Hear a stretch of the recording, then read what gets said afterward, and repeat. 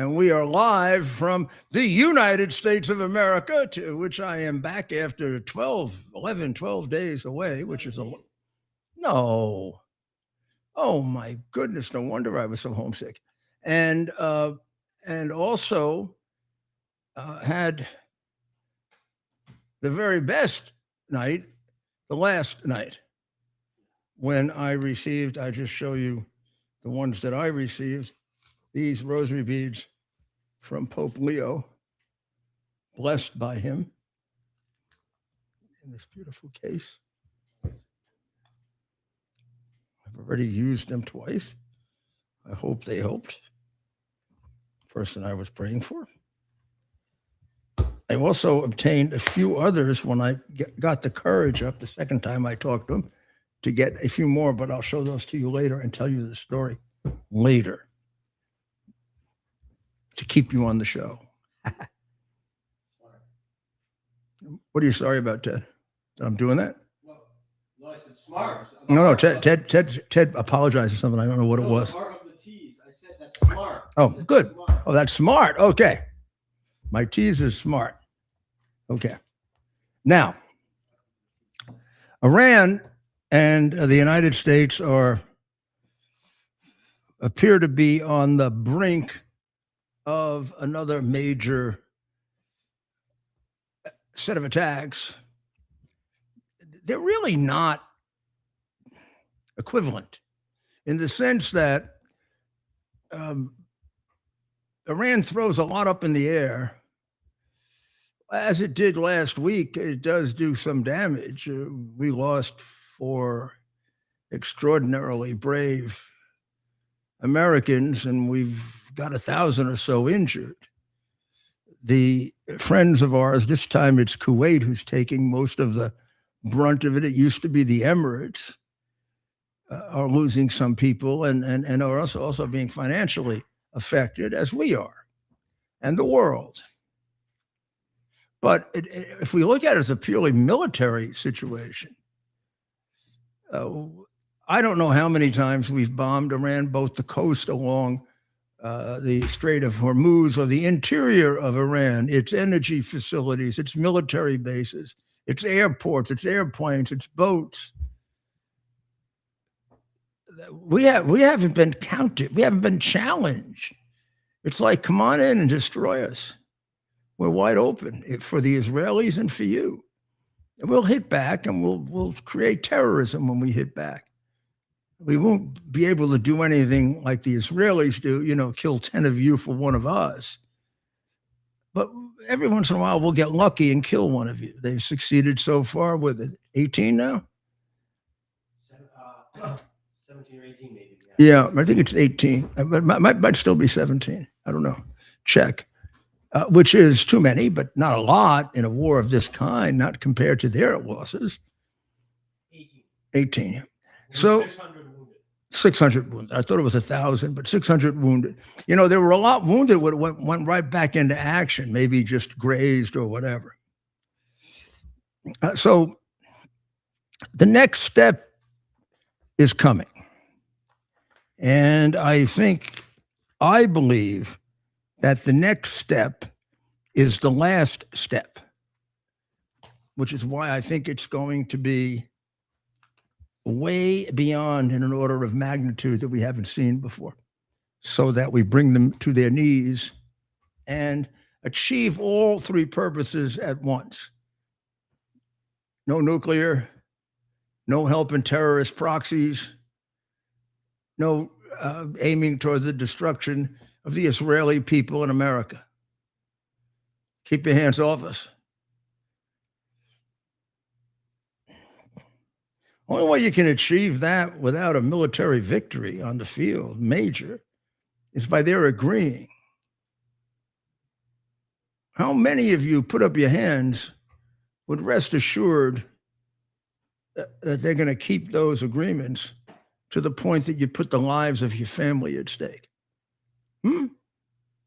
Any one of you that would, I suggest that you either come to me for a political education or to a psychiatrist for a mental evaluation.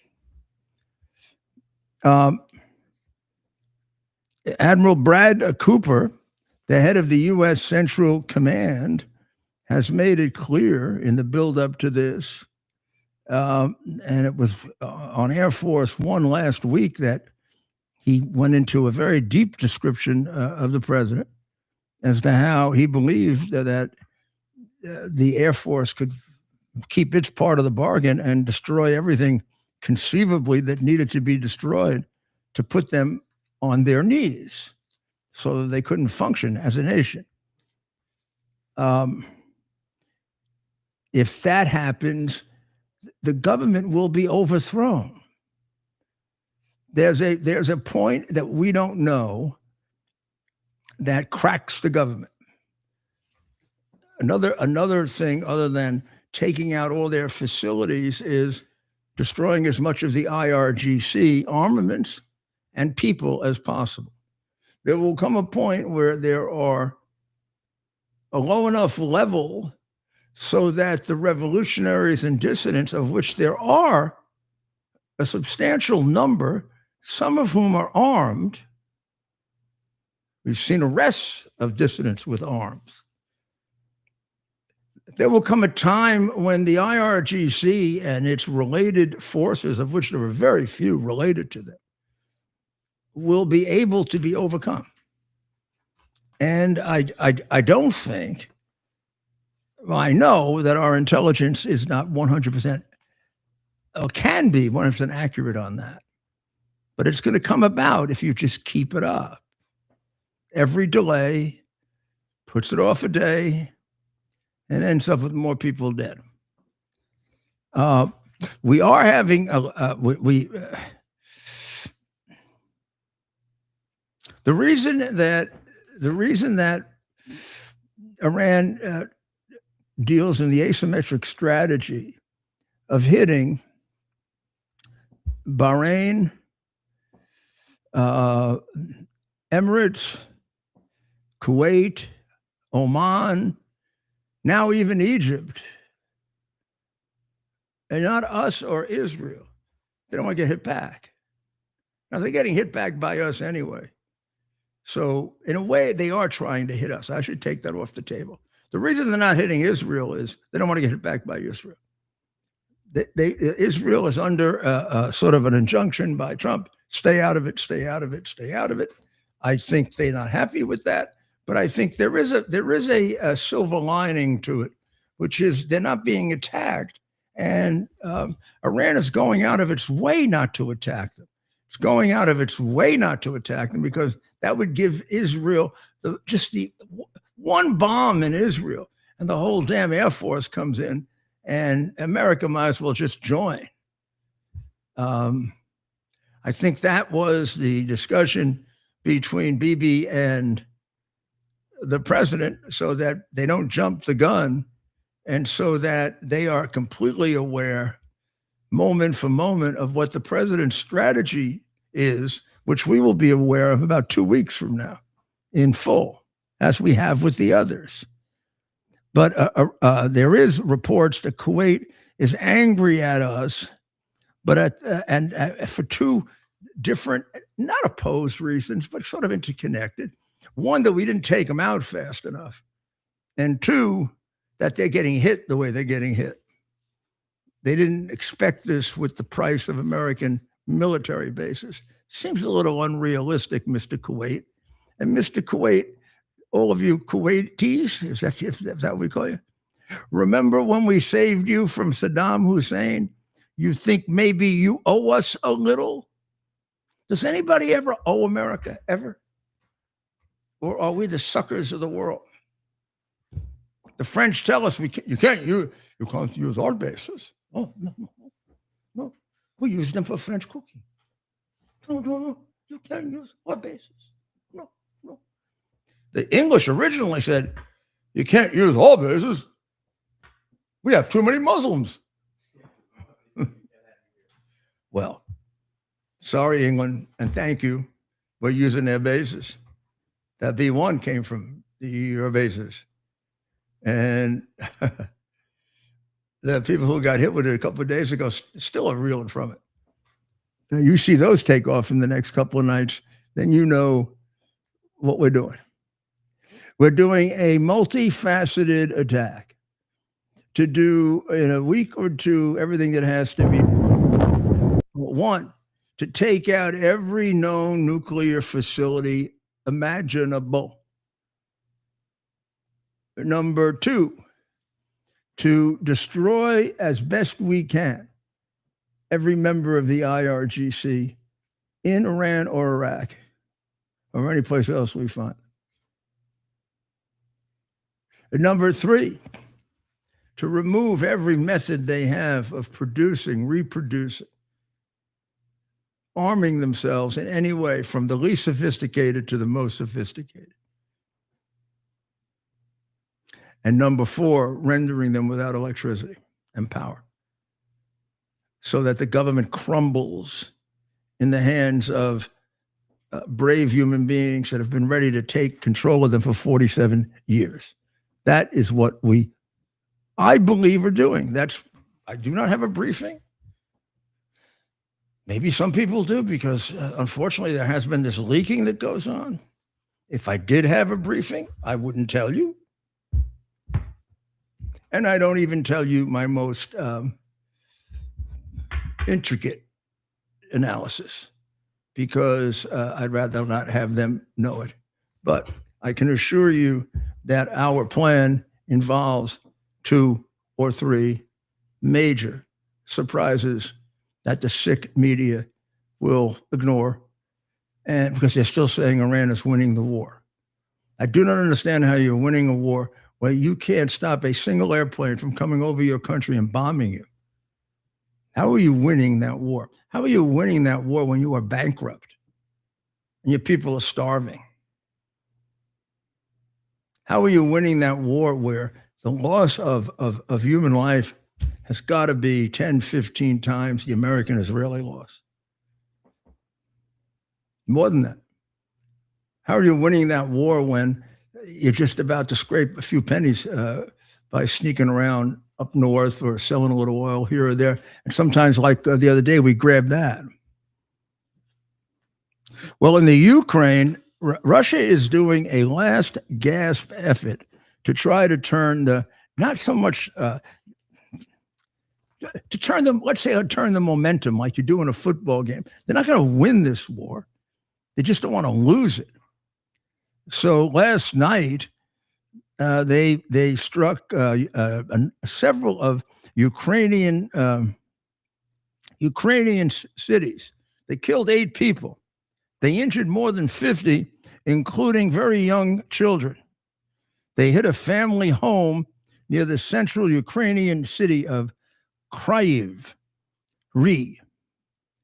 There they killed several children and the entire family. These were in the wee hours of Thursday, and it was the latest Russian terrorist attack. These are not military attacks. They're not hitting bridges. They're not hitting tunnels. They're not hitting energy, all of which can be used for the military. They're hitting apartment buildings with little babies in them. Military doesn't use apartment buildings with little babies in them. But if you can hit enough of those apartment buildings, you might be able to terrorize the Ukrainians in giving up their country to you, who's trying to steal it. One of the projectiles crossed over into Poland and it exploded in the field. The KH-101, they believe. Prime Minister Tusk called it a serious incident.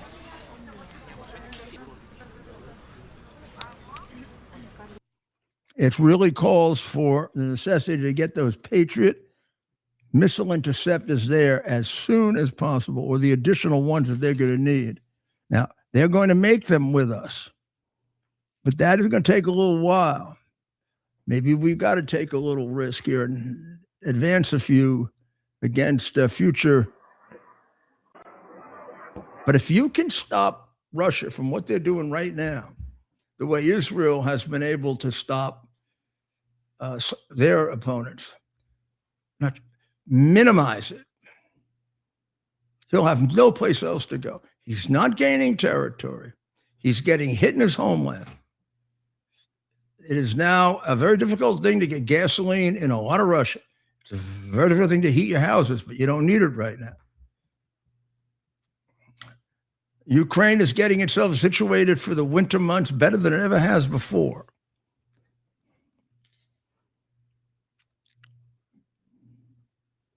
In Kiev yesterday, 56,000 people took cover during the attack in subway stations and other forms of shelter.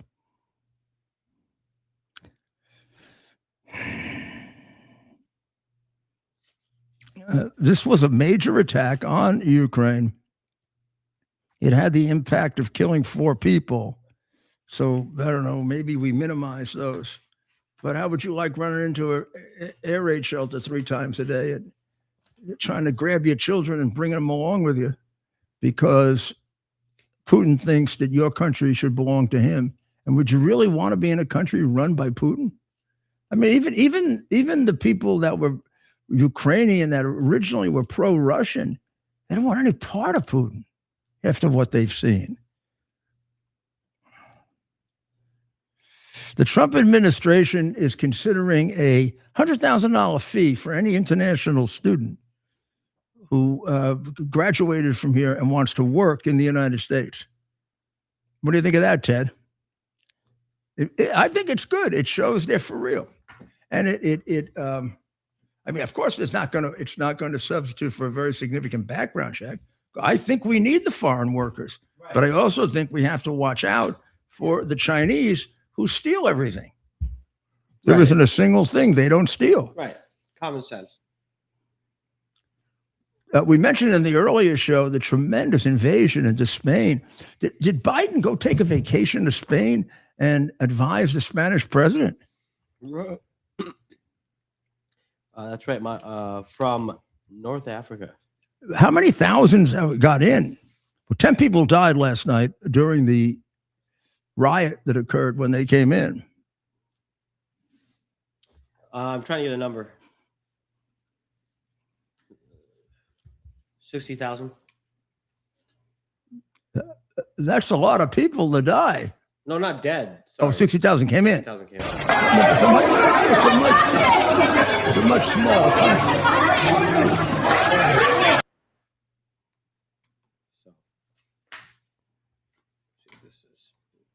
This is a communist government. I don't know why they're not. How come there's no welcome wagon for them?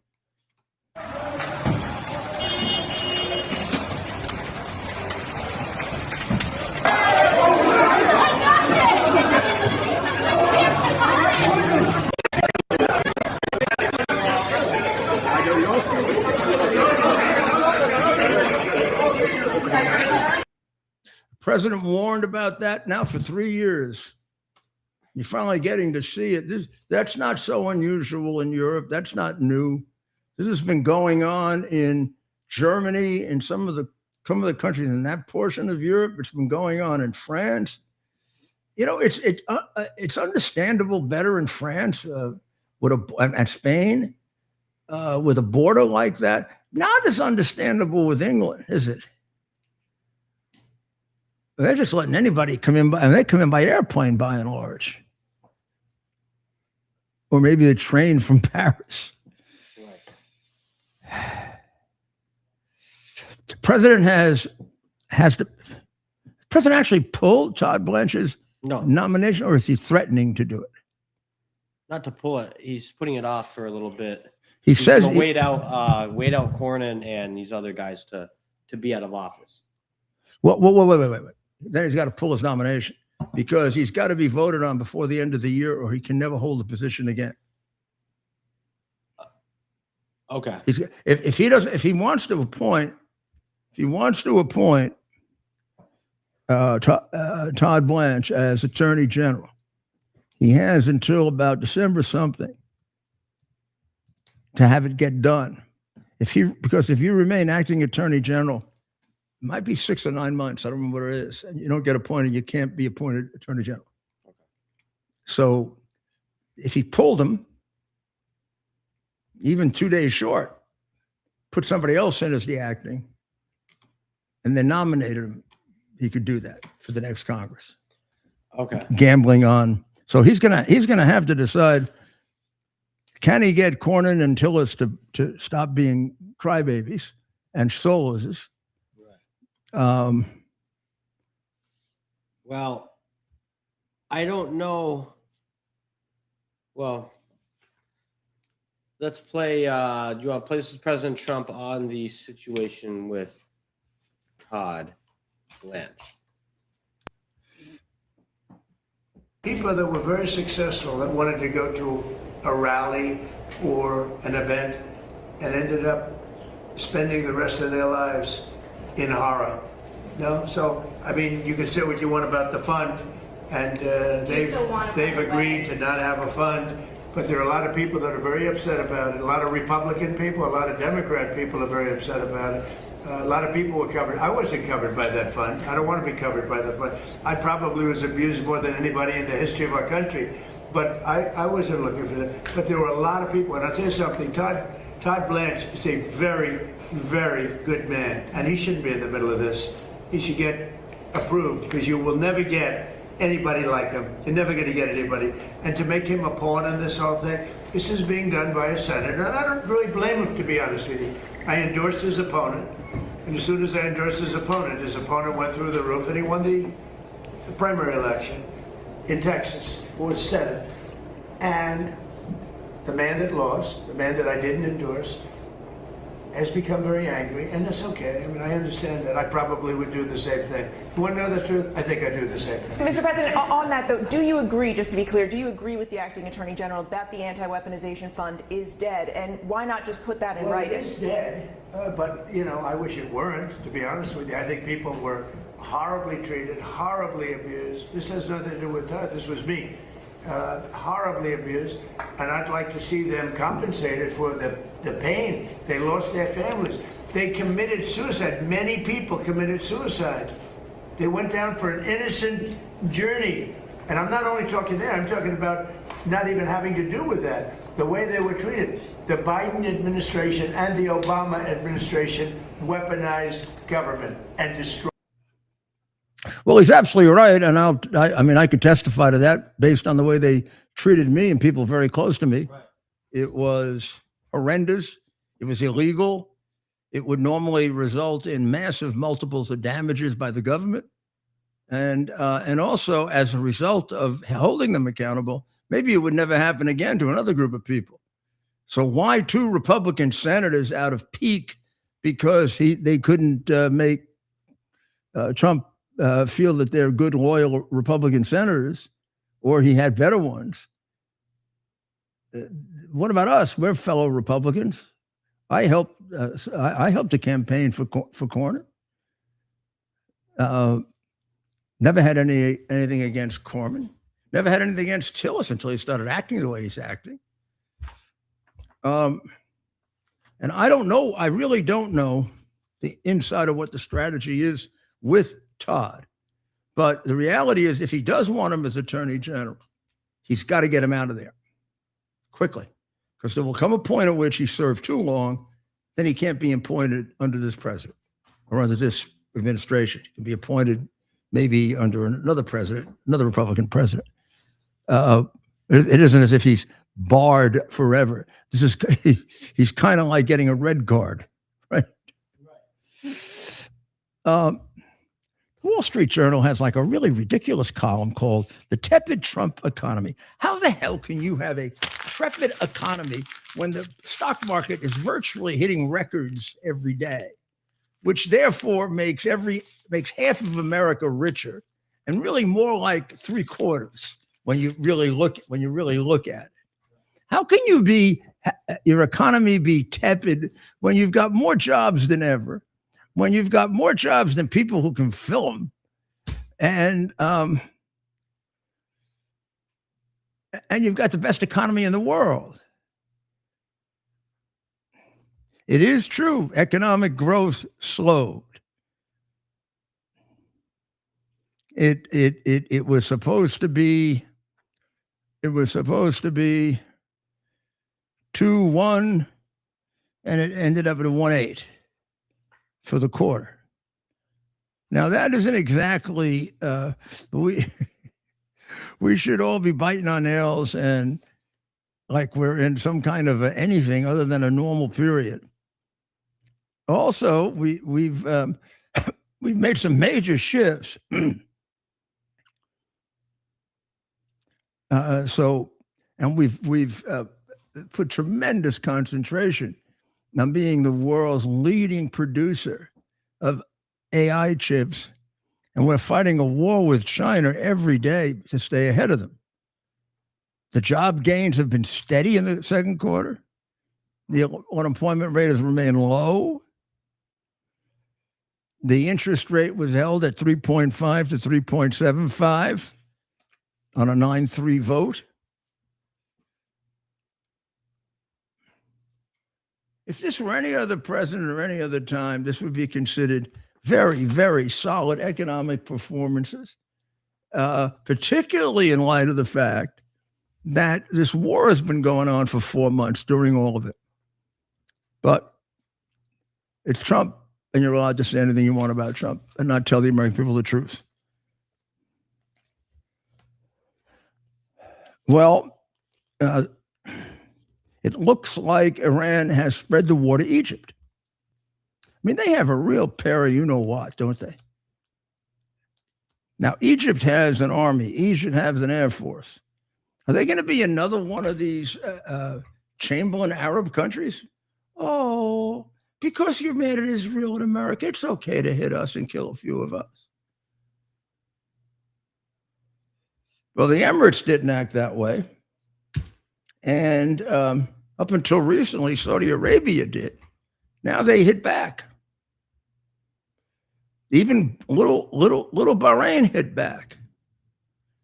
For some reason, they're holding Emirates back. Although Emirates apparently supplied a lot of the know-how and a lot of the planning and intelligence. And I don't think they want to tell you that Israel did. I suspect that Egypt, having been hit now, that set 2 ships on fire, including a U.S. gas storage tanker and an Egyptian one at Damietta Port.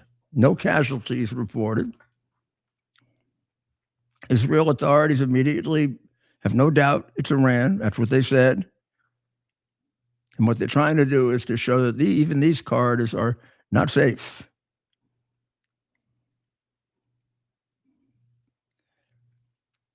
So Egypt had been a mediator in this fight. It would seem to me they're trying to get rid of all the intermediaries. And it disrupted activities in the LNG import hub on the Red Sea, headed for the Suez Canal. So now you've got a third place that they're trying to hit. Now, was that the Iranians? Was that the Houthis? If you're in doubt, hit Iran. If you know it's the Houthis, hit both. But Egypt should be expected to make to make an attack here to show that they can support themselves. When we come back, we're going to show you just how far this communism thing is going and where it's gaining and how we can cut it off. We'll be right back. Charles the Towers Foundation honors America's greatest heroes. Heroes like the dedicated public servant Josh Bischoff.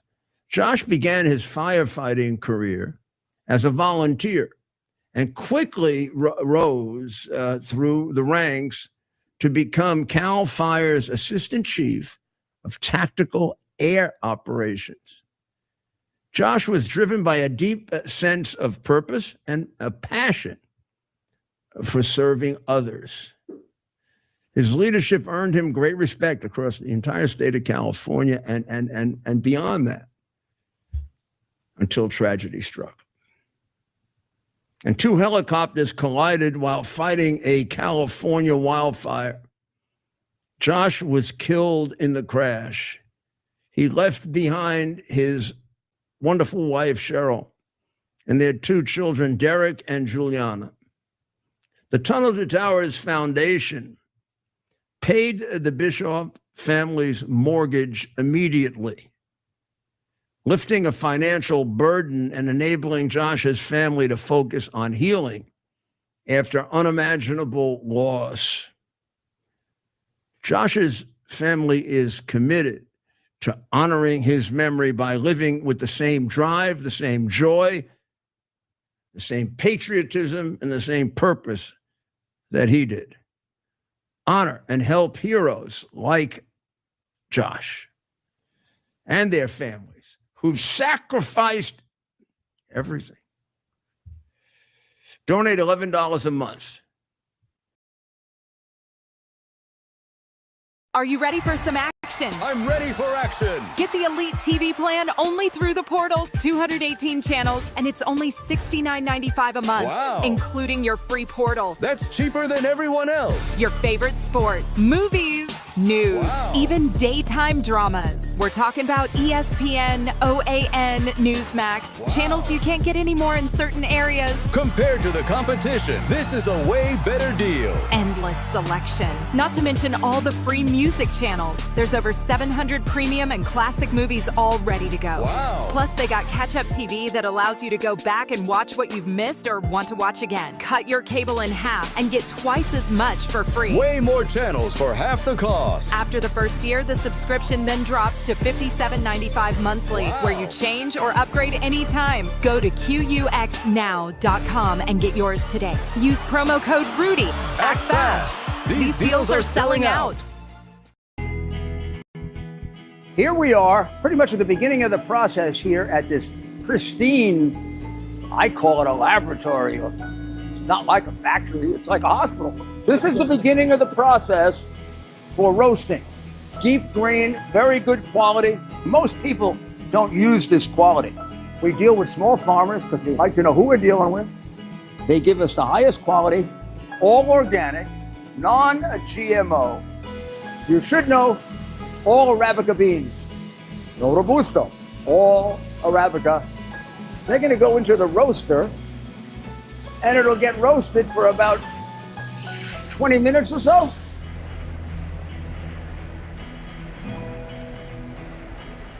Oh my goodness, look at these. My goodness.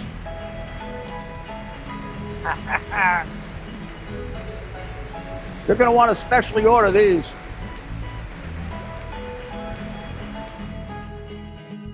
This is what goes into Rudy's coffee.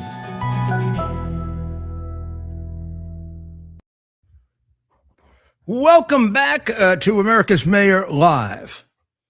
So I know we've been talking a lot, and I suspect we will be for quite some time because this is not going to be a quick battle. I predict that the conquest of Iran will have already taken place before this hits the fan. I believe that Ukraine and Russia will reach an agreement that is it won't be a fair balance. If Russia gets any part of Ukraine, it's not fair, but it'll be fair in the sense of realpolitik, meaning Russia will not be able to enhance its position. And my hope has always been that Russia, as a symbolic matter, and in order to deter this in the future, has to give back some positions, particularly those that would aid Russia if it should ever again think of invading Ukraine. NATO, supported by the United States of America, should say, this is enough now, Russia. Whether Ukraine is part of NATO or not, we're going to agree on these boundaries. You cross these boundaries, and we're going to beat the shit out of you. So get over it, Putin. You got a big country. If you run it right, it can be rich as hell. If you take most of the money for you and your ability to chase women, then you're not. Or the other creep, pervert bums you give it to. But that's not our problem. That's your problem. So you keep your hands off other countries. And when you do, we're going to make you pay so bad that the people will finally throw you out of office. If they don't throw you out of office now, as they should. So all of this is a feeling among certain people, and there are so many you can't identify them all. The people with different views on Russia, and I know them because I used to be very confused about Russia too until about 10 years ago, when I remembered my studying of communism and how communism can fool you. It can go into a shell. It can make itself look benign, as it did to Kissinger and Nixon. Oh, they're the more benign alternative to Soviet Russia. In a way, at the time, they were. Russia would have been a much formidable military foe in 1988 and 89 than China. But we should have been able to keep one eye on one ball and one eye on the other ball, and realize that down the road, China, with the large population that it had and its long-term antagonism with Russia and its neighbors, was going to be the more substantial threat. And although China did help us to win the Cold War against Russia, that was not the critical part of it. It is true that China let up on helping them, but Russia wasn't looking for China. The Russian kids and the Russian people were looking for what we have in America. It might have gone another year, it might have gone another year and a half, it might have required a little military. We could have done it without China. We thought China would be critical to it. It wasn't. What was critical to it was the lure of America. Now, you say to yourself, why is that not working now? Because the communists and the China, first of all, the communists in North Korea are smart enough to cut them off from it. Up until very recently, they only had one channel on television, no internet, they don't know what's going on in America. Similarly, the same thing is true in China, although it's a little different. China has a little bit more knowledge of what's going on in the world. It's a little bit more open, but they do a very, very good job of impressing them with the superiority of the Chinese race over the whole world, and that we're all inferior monkeys to them. And they take advantage of that and meld it into communism, even though they try to destroy everything else Chinese. And they have proven to be a much more formidable foe than Russia. Are they an impregnable foe? Absolutely not. They've got more weaknesses than any major foe we've ever faced at this stage in a world confrontation. They're much weaker than Hitler was. They're much weaker than than Russian communism was. They've always been, because they carry a weight that's enormous and not evaluated properly. They carry a weight of more people in third, and I'll call it fourth world poverty, that constitutes the population of any nation on earth. Yeah, sure, they've brought a lot of people into the middle class by hook and by crook, by command economy, but they've left a lot of people starving. And they've got minorities they want to kill. And they have a population drain that is dramatic. One analysis says we pass them by the next century. And that's calculating all the Chinese. You think the Uyghur people want to be Chinese? Would you? If they're aimed at genocide? You think the followers of the Dalai Lama want to be Chinese? Well, you know they crucify them, torture them. Do you have any idea that do you know what the Falun Gong is? You think they have any desire to remain Chinese when their people are used for human organs being sold for fortune? It's the biggest market in human organs. And it's the best human organs you can get. Fresh, alive just a few minutes ago. And from people that are in fantastic physical shape because that's part of their religion and their lifestyle. And the current books out on it make it perfectly plain. Even the UN agrees that this goes on. Just a question of scope. The scope is a multi-billion-dollar business by China, selling hearts, selling kidneys, selling legs, selling whatever the hell they can sell. Chop the whole guy up while he's alive. So it's good stuff. So this is what we're dealing with communism. Final thing we're dealing with communism, which is probably the most frustrating of all, is a massive number of ill-educated little self-entitled bastards known as our young people. Not all of them. Oh my goodness, no. There are so many good ones.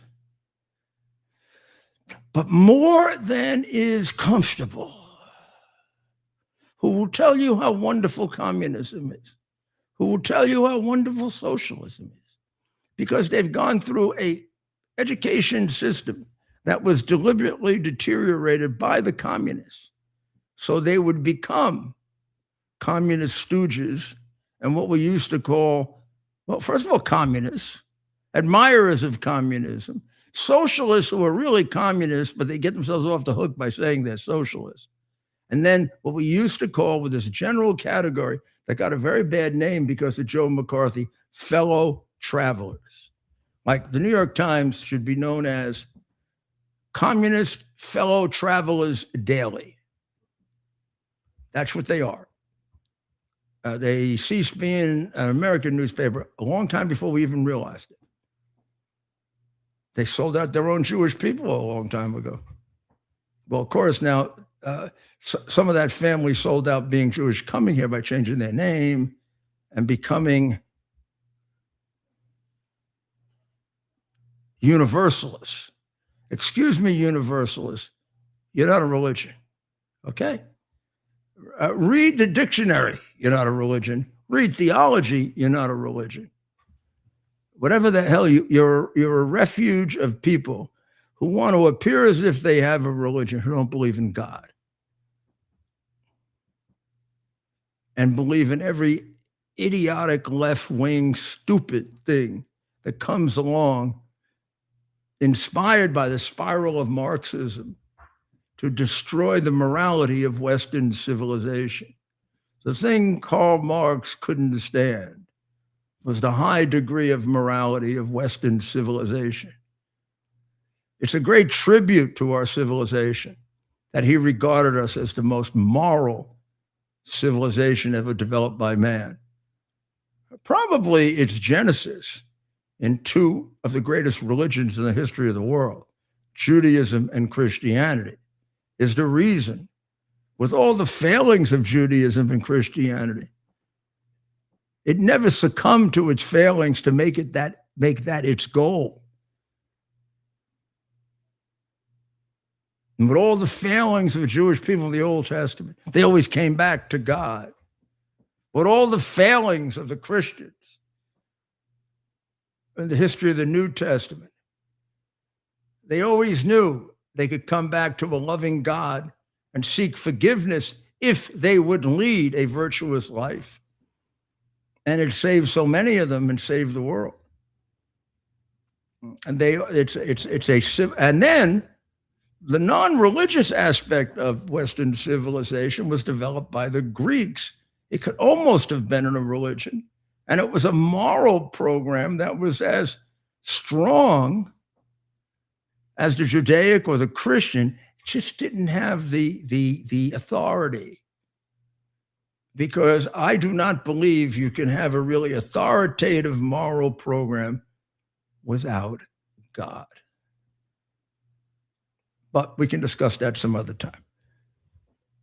What I can show you is Marx believed what I believe, which is why, even more than parents,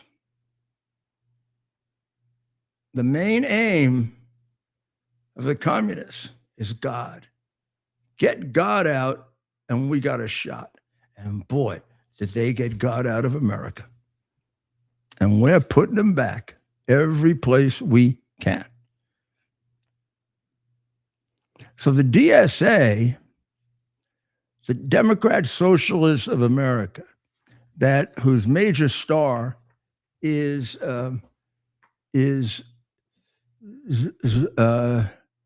Zukan Mandumi, right? Zukan. Ted, I'm sorry. Zoran, not Zu. I'm sorry, Mr. Mayor. I did not mean to mispronounce your name.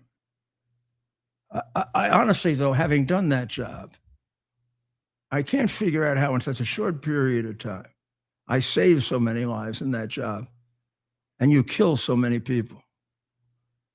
I don't understand it. I don't understand how I reduced the spending and you increased it for things that aren't doing any good for people. I don't understand why you hate a very large proportion of your population and a lot of the history of your city. You refused to march in the Israeli Independence Parade, the first mayor to do so. Don't you understand that the Jewish people are an important part of New York to be respected and honored for their contributions, which so far have been much greater than yours? You've only been there a short time, and you've made no contributions. The biggest thing you contributed were the 18 people that died during the storm when you either didn't have the conscience or the intelligence to take them off the street. As every mayor before you, even some of the dumbest Democratic mayors, were able to do. So I don't know what the hell you're doing there.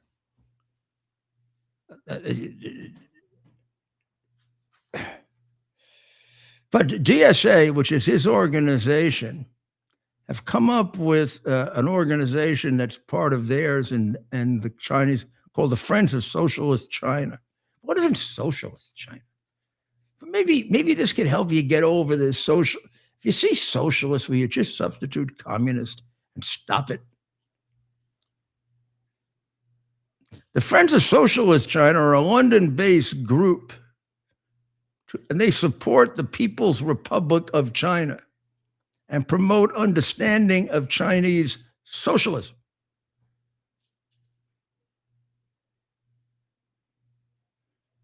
So they have pledged support and defend China.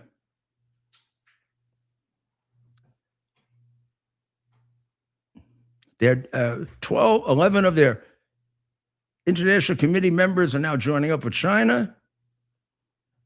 And the Times of London is the one to have reported on it, not an American paper. The pledge argues the following, and so we get some insight into the thinking of our mayor, or the mayor of New York, who is a traitor. The pledge argues that the global advance to socialism is indispensable, totally incapable of solving and the problems of poverty and inequality. Because capitalism has done more to solve poverty and inequality than socialism, which has always ended up burning at the end, crashing and burning. Why do they support China, communist China? We support all states building or aspiring to socialism. And we expect the highest degree of friendship with them. It lauds China as the most prominent force pushing for the establishment of a multipolar system of international relations and a new international economic order and a global leader in the struggle to avoid climate breakdown. Obviously, they are supporting Chinese dominance of the world. This is the organization that all of these candidates now, we can name a few of them, right? The three in New York, your friend for Senate in Michigan, Syed. Mondami is in office. When does it get to the point that the positions of the party amount to straight out and out treason, and they have to leave the party or get prosecuted for it? This is pretty darn close. I know everyone's going to get squirmy and squishy about it. But if you want to protect your country, you better not get squirmy and squishy about it. And if you want to protect your children, you better not get squirmy and squishy about it. We need more Churchills, not Chamberlains. And the Democratic Party is many degrees more cowardly than Chamberlain and more dishonest, more untrustworthy, and really, in some ways, either hates or doesn't care about its country. I haven't seen a Democrat put Fetterman ask in a long time, is this good for my country? Isn't that the question you're supposed to ask all throughout your public career? I stepped back as assistant U.S. attorney, chief of staff to the deputy attorney general, associate attorney general, and mayor of New York, any number of times, and stayed up nights pondering, is this the right thing to do? That would entail calling people I trusted and asking their advice. If it were close to a moral question, I would call Cardinal O'Connor, my friend Monsignor Alan J. Plaka, Rabbi Schneier, or any of the number of other rabbis and Protestant ministers that I knew, if I were dealing with an ethical question, or ethicists, or experts on legal ethics. If I couldn't do it, I'd ask someone on my staff to gather their opinions. I'll tell you something about my leadership style that people come up to me and remind me of having read Leadership 20 years ago. When I found a decision too easy to make, and I had time, I wasn't delaying anything, I pretended to be confused about it. Sometimes I pretended taking the opposite position so that I could get my staff to dig out for me any of the infirmities in that position. Now, usually I didn't have to do that.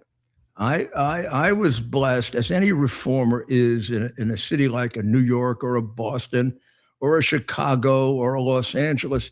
For all its deterioration, it has enormously smart people. And you can't believe how many people it has that want to reform it. Right now, New York City is filled with people who want to reform. They just don't have a leader that can get them there. If you put together a new administration after Mondami, it probably would be the administration that would most match mine in terms of intellectual achievement and honesty and achievement. There's nothing like working for a reformer and being allowed to do the right, boss, just do the right thing. Just the opposite of what's going on. Just the opposite of what's going on.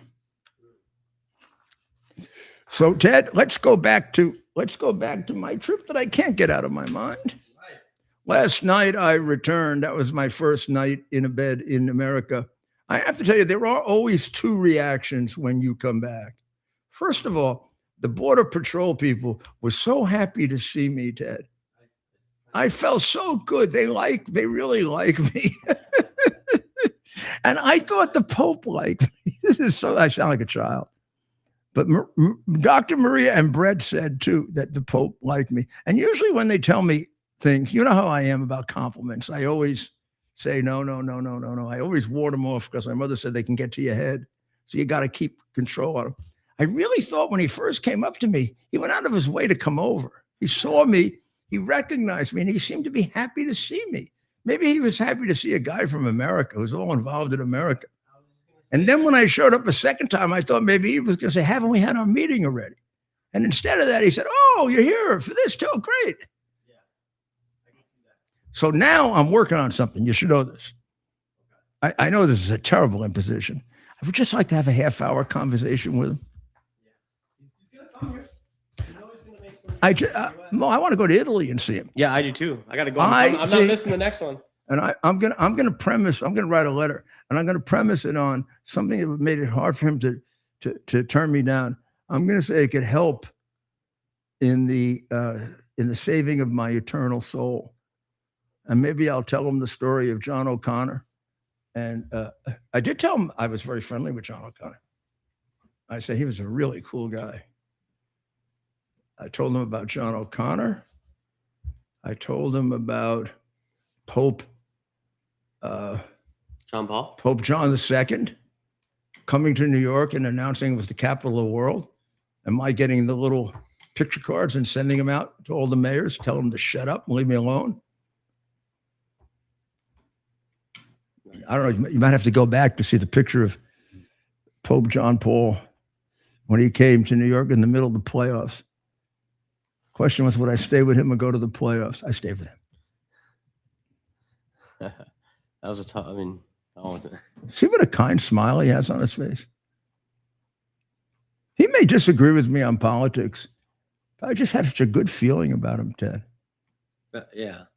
I had a good feeling that wherever he is and whatever position he has, he's getting there through doing what he's supposed to do as the vicar of Christ on earth and the successor of St. Peter. He's trying to open his human heart and mind to the Holy Spirit.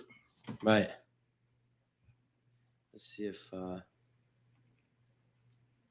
to find if there's any pictures of you with Pope John Paul. I'm not seeing them yet. Well, we'll keep looking. So that must have been quite an experience. And of course, we kept the show going, so we were able to kind of check in with you throughout. But I know you had a very special time. We're going to have to get this video from Brett or from somebody. So I have a video, and maybe somebody would like to volunteer and help us with. I have a video. You can always just post the whole thing on X and then play it from there. Wait. It's on one of these, or it's on this phone. Here, right here. It's a video that's about a half hour. And wow, a half hour. Okay, that's why I haven't gotten it. It's about a half hour. And it is a video with my cousin, Agostino Giuliani. Agostino Giuliani is my second cousin because he is let's do it this way. My grandfather was here. I think he was the oldest in his family, Rodolfo. Then there was another brother and mostly sisters. Okay. This other brother had a son. Oh, here's Rodolfo. Rodolfo's there. This is Rodolfo. So the other brother had a son. Okay. Mm-hmm. Rodolfo had a son. Okay. Yep, following. Then their sons had sons. And those are us. That's Agostino and Rodolfo. And Agostino and Rodolfo met many years ago when I was the mayor of New York, and they wrote me a letter saying they were coming to America and they wanted to see me. I received many of these letters, and I gave them at that time to 3 people that I trusted the most. I gave them to John Huvane, to Bo Wagner, and to Tony Carbonetti. For different reasons, they had different expertises leading to concluding, are these scam artists or are these real relatives of the Giuliani family? I did it before I even looked at the letter, which was a mistake. I could have saved them a lot of work. They came back and they said, Mayor, this looks really good. First of all, they're very nice people. They're very nice people. And they're very diverse. Yes, they come from your grandfather's town, and some of them still are on the farm your grandfather was part of. But they've really spread out all over Italy, and they've achieved quite a bit. I said, oh, well, that's nice to hear. And I said, oh, by the way, you have any pictures? And they said, yes. Oh, sure. And we've corroborated them. They put out the pictures, and I said, guys, that's my family. I saw my grandfather. I saw my cousin Rudy, a younger guy. I saw one of my cousins, female cousins. I said, if this isn't my family, they went out and got Hollywood actresses to make them look like my family. If they walk in that door and they look like this, it's over. Oh man, we got to go back. They did. We became friends. Get them on the show. I went there after I was mayor.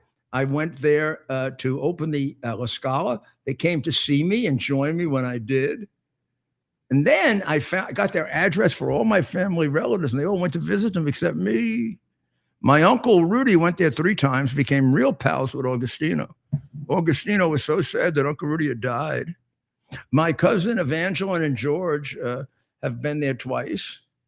Other cousins of mine have been there, but I've never gone back there. And I didn't even think I'd have time to do it on this trip. But we had something canceled, so we took the weekend and decided we were going to go up to Florence. And we were going to tour the great legendary Tuscany, home of half my family. And when we did, as we kept going and we kept pushing and pushing and pushing, we spent a night in Siena, where we had dinner right on the track of the Palio at the best restaurant we ate in Italy, Brandisino. The best. Rome, Florence, best restaurant. Then we drove the long way back to Rome. In other words, we went up north a little bit. We went over to Montecatini Termini, which is where my family always said it was from as a general reference. But it really was from a village that oversees it, which is about 10 miles north of it and 10 miles higher than it. Meaning the 10 miles is like this. Boop, boop. And you drive up, and you get into this beautiful little town with a beautiful church, which is actually rather exceptional because it has relics of St. Nicholas, Santa Nicola, and has been there for 300 years, 400 years, 500 years, 600 years, 800, who knows? And it's a typical Tuscan town built right in the marble. So we got up to the top. At the top is a town square and apparently the local hangout. You know, like a mixture of a grocery store, a bar, a restaurant. Da, da, da, da, da. So we were hungry and we walked in, we ordered some food.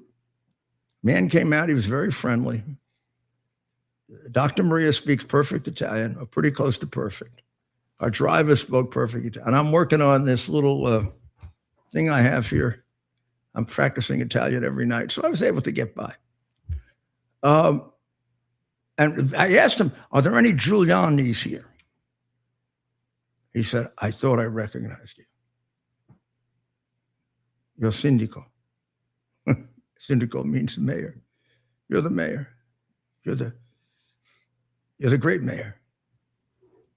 Oh, Yes, there are Giuliani's here. He took me over to the wall that looks down on, seems to me it looks down all of Siena. I mean, all of Tuscany, but also on the village of Mariano. And he says, Giuliani, you want Giuliani's? Yeah, here. Giuliani. He's pointing at houses. There must be about 100 houses. Giuliani, Giuliani, Giuliani, Giuliani, Giuliani. But he said, not that as many here as in Montecatini. In Montecatini, I could go every other house and give you a Giuliani. He said, but I know who you want. You want Augustino. He's has the key to the church. I thought he was like St. Peter. He's got the key to the church. He said, and Augustino said he met you twice. Now we find out. Augustino. I said, that sounds like the name. That sounds like the name who sold the whole deal. Because I'm going to call Augustino. Let's hope he's not on vacation. He and his wife have kind of retired. He said their children are very successful. And the kids come back and help them with what has now become a fairly small olive business, but it was a very big one. But if you can meet them, even if they're not your relatives, they have the best olive oil in all of Tuscany. I said, oh, okay. So all of a sudden, about 10 minutes later, this guy comes driving up in the car. He runs towards me. He grabs me. Before I can even look at him, he's kissing me. I take a look at him, and I think it's my grandfather kissing me. He looks, Augustino is the one who sold it because he looks just like my grandfather. Every picture, I don't remember my grandfather. He died when I was 5. I remember some of the things he said to me. I don't remember what he looked like. I remember his pictures, though. And this guy looks just like Grandpa Rudolfo.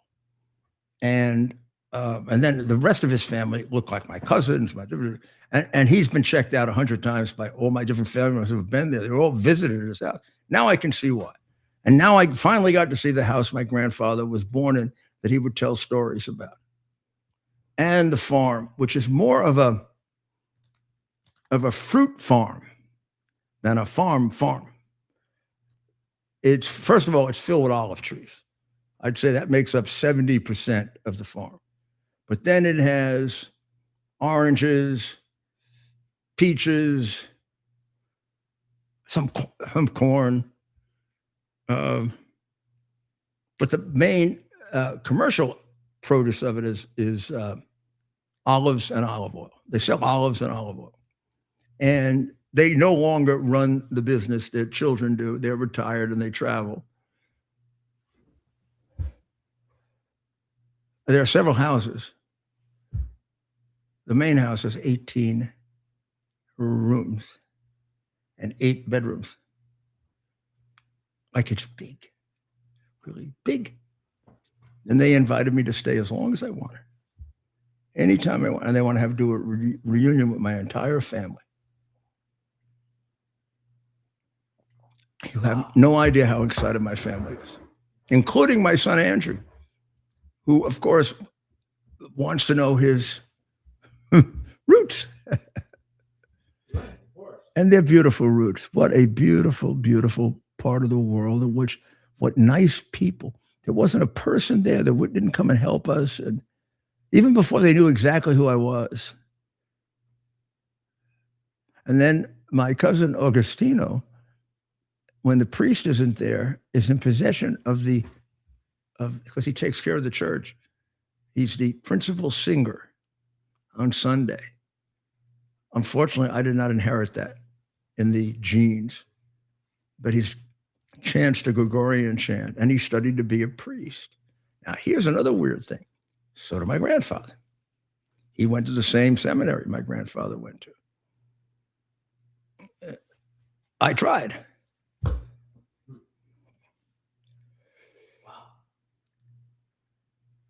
I don't know, if you have a background you can trace in some way, find a time to go follow it. I mean, it's kind of late in my life to be doing it, but I'm glad I'm doing it. Now I have to go into Florence and find my grandma's birthplace. That's going to be harder. That'd be the hardest of all the things I have to do. I slept there 2 nights, and all I kept thinking about, where did my grandmother where was she born? My wonderful grandma, who was the best cook that ever lived. Then, on my mother's side of the family, my other grandma, who I was even close, I loved them both, but I was even closer to because I grew up with her. She came from a little town in Avellino called Gesualdo.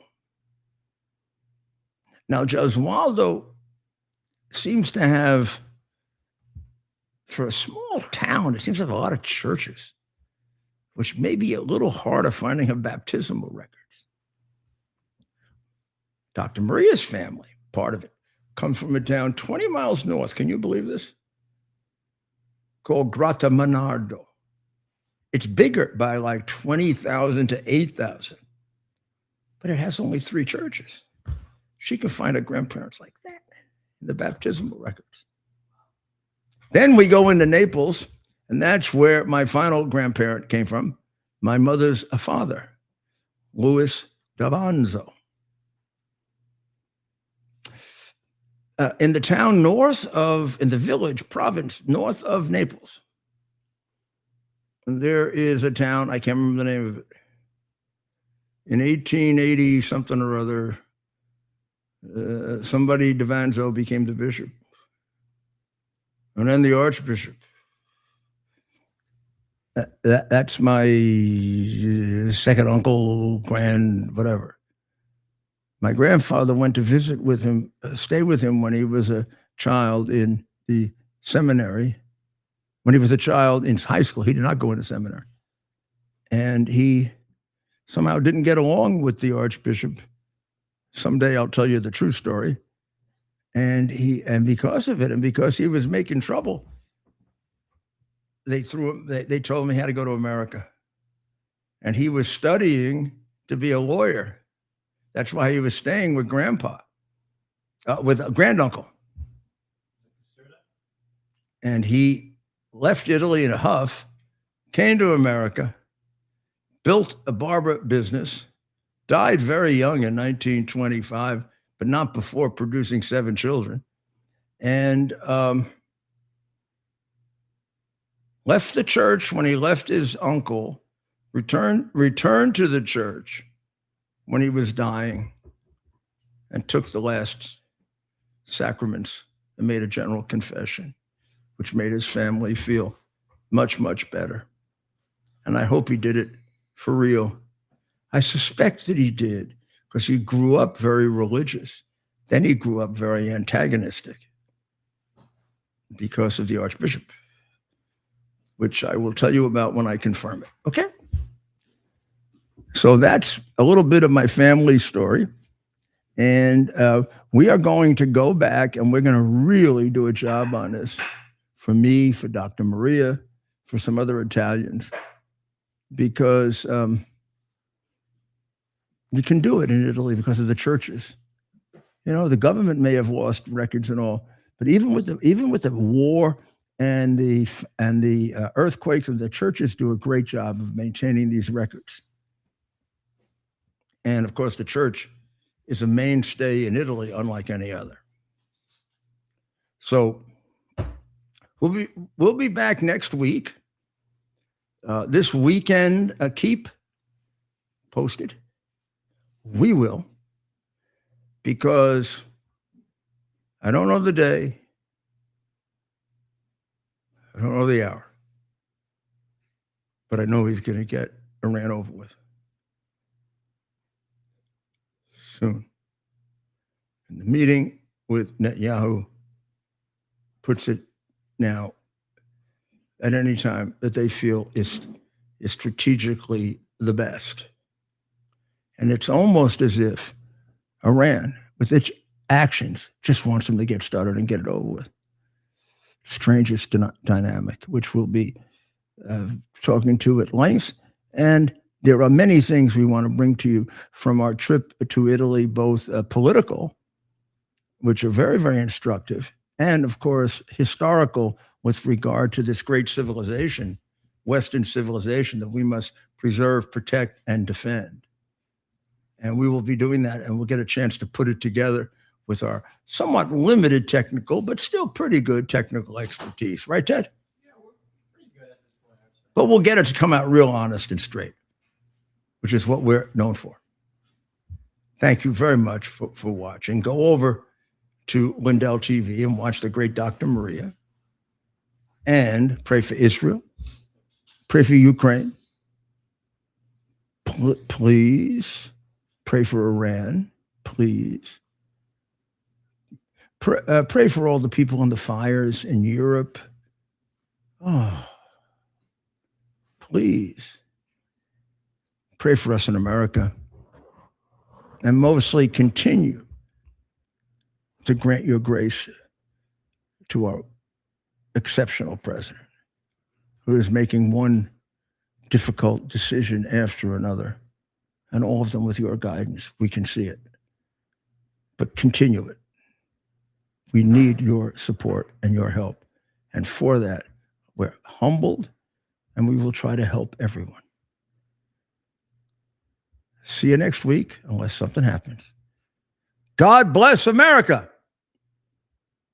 It's our purpose to bring to bear the principle of common sense and rational discussion to the issues of our day.